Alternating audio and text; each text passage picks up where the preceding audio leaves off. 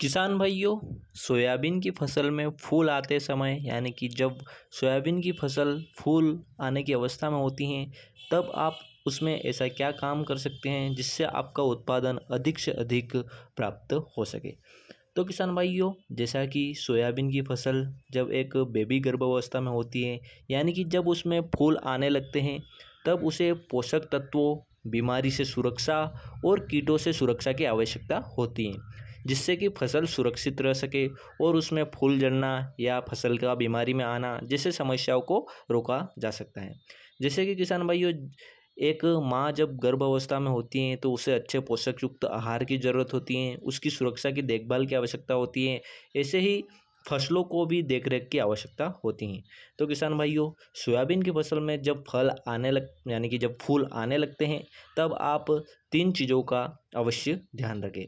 उसमें आपको पोषक तत्वों की पूर्ति का ध्यान रखना है, रोगों के प्रकोप से बचाव का ध्यान रखना है और कीटों के प्रकोप से बचाव का उसमें आपको ध्यान रखना है। तो इन 3 चीज़ों का ध्यान रखना फूल आने की अवस्था में ज़रूरी होता है। तो किसान भाइयों, इस अवस्था में आप 3 चीज़ों का स्प्रे ज़रूर करें, जिससे कि आपकी जो फसल है उसको सुरक्षा प्रदान हो सके, यानी कि वो बीमारियों से, कीटों से और पोषक तत्वों की कमी से बचा जा सके।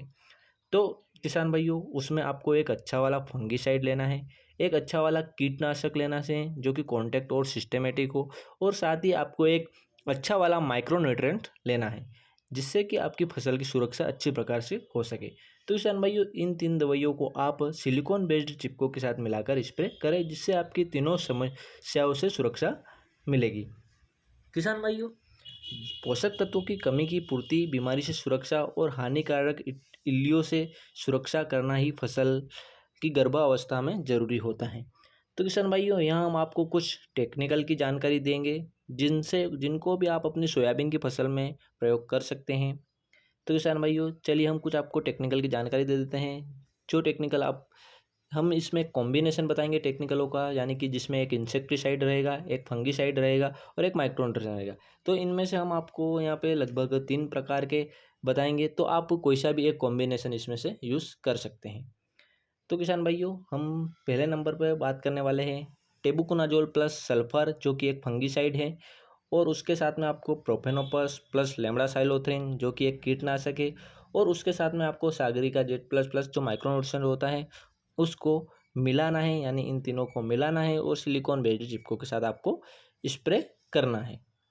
इसके अलावा किसान भाइयों, आप एक और टेक्निकल कॉम्बिनेशन है, जैसे कि कार्बेंडाजिम प्लस मेनकोजेम, जो कि एक फंगीसाइड है, क्लोरेंट्रानिलिप्रोल प्लस लेम्डासाइलोथ्रिन, जो कि एक इंसेक्टिसाइड है, और साथ ही उसमें एक बेरिक्स माइक्रोन्यूट्रिएंट्स हैं।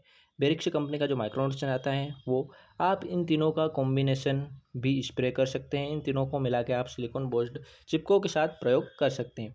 इसके अलावा किसान भाइयों, एक और कॉम्बिनेशन है जिसमें आप कॉपर ऑक्सीक्लोराइड प्लस कसुमागाइसिन फंगीसाइड ले सकते हैं, profenofos plus ring control insecticide ले सकते हैं।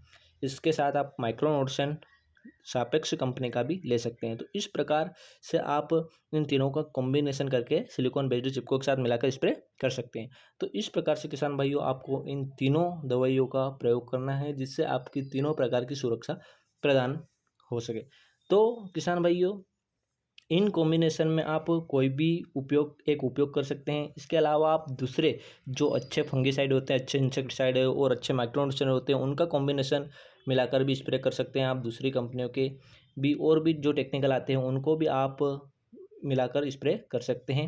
ध्यान यह रखें कि उसमें आपको एक फंगीसाइड लेना है, एक इंसेक्टिसाइड लेना है और एक माइक्रो न्यूट्रिएंट लेना है। इस चीज़ का आप ध्यान रखें और कॉम्बिनेशन करके आप सिलिकॉन बेस्ड चिपको के साथ प्रयोग करना है। अब किसान भाइयों, हमने जो ये जानकारी दी है, यह ऐसा ज़रूरी नहीं है किसान भाइयों कि ये केवल सोयाबीन की फसल के लिए ही है। इसको आप अन्य फसलों पर भी जब फूल आने की अवस्था होती है उस समय प्रयोग कर सकते हैं। तो किसान भाइयों, उम्मीद है आपको कि इस वीडियो में हमने जो सोयाबीन की फसल के लिए जानकारी दी है वो समझ में आई होगी। तो किसान भाइयों, यदि वीडियो में दी गई जानकारी आपको समझ में आई हो तो वीडियो को एक लाइक करें, कमेंट करें, और भी हमारे प्रिय किसान भाइयों को जानकारी पहुंचाने के लिए ज़्यादा से ज़्यादा शेयर करें। चैनल पर नए हों तो सब्सक्राइब करके बेल आइकन को प्रेस कर दें, ताकि आने वाले नए वीडियो की नोटिफिकेशन आपको हमेशा मिलते रहे। मिलते हैं इसी रोचक जानकारी के साथ नेक्स्ट वीडियो में। जय किसान, जय जवान, जय हिंद, जय भारत।